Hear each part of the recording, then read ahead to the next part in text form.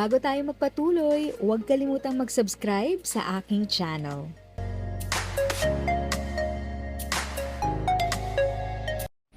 Thank you sa pag-click ng aking video. Good day po sa lahat ng ating SSS pensioners. Sa mga bagong viewers at napadaan lang, by the way, I'm Tita Eda.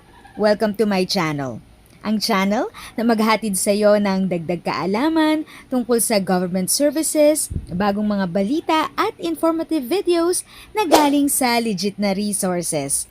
Mag-subscribe na para updated ka. Magandang araw sa inyong lahat.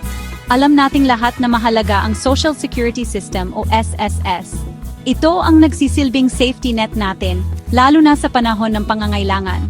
Kaya naman mainit ngayon ang usapan tungkol sa panukalang dagdag pensyon para sa ating mga pensioners.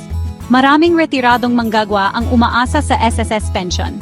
Subalit sa patuloy na pagtaas ng presyo ng bilihin, paano na lang ang kanilang pang-araw-araw na pangangailangan? Dito papasok ang kahalagahan ng panukalang 1,000 pisong dagdag pensyon. Malaking ginhawa ito para sa mahigit 3.6 na milyong pensioners. Isipin na lang natin kung magkakaroon sila ng karagdagang 1,000 piso bawat buwan.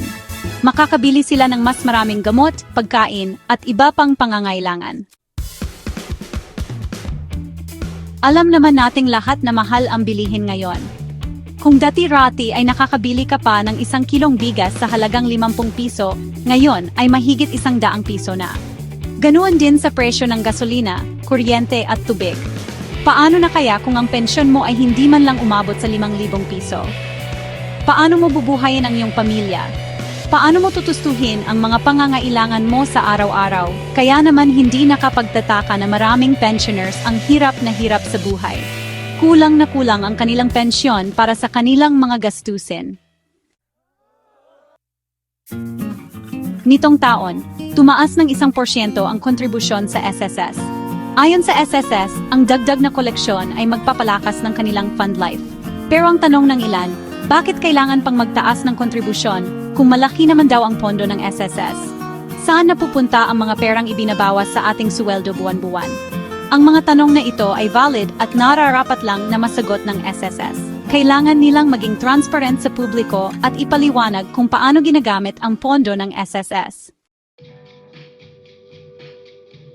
Sa panahon ngayon, maraming fake news ang kumakalat online. Kaya't mag-ingat tayo sa mga impormasyong ating nakukuha, lalo na kung ito ay tungkol sa SSS. May mga nagsasabi na may dagdag na 5,000 piso sa pensyon ng SSS. Huwag po tayong maniwala. Wala pang opisyal na anunsyo ang SSS tungkol dito. Para sa tamang impormasyon, magtungo lamang sa opisyal na website ng SSS o kaya naman ay sa kanilang mga social media pages. Huwag tayong magpadala sa mga fake news na naglalayong manloko at magkalat ng maling impormasyon. If sa tingin mo, natulungan ka ng video ko na ito, nakasave ka sa oras mo, you can click yung thanks button at any amount ay malaking help sa pag-grow ng channel ko. Yun lang po muna ang aking update. Sana ay nakatulong na dagdag kaalaman ang aking shinare today. Ang goal ng aking channel ay mag-create ng awareness. Kung ganitong mga topic ang gusto mo, panoorin mo ang mga videos ko na ito.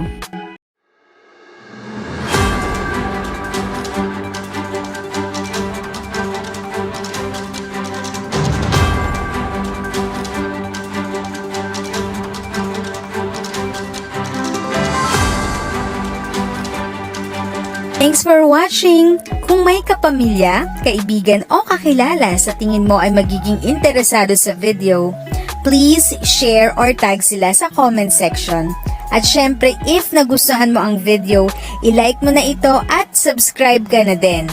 As always, feel free to write your questions, comments, and opinions respectfully. And continue to be a blessing and stay safe!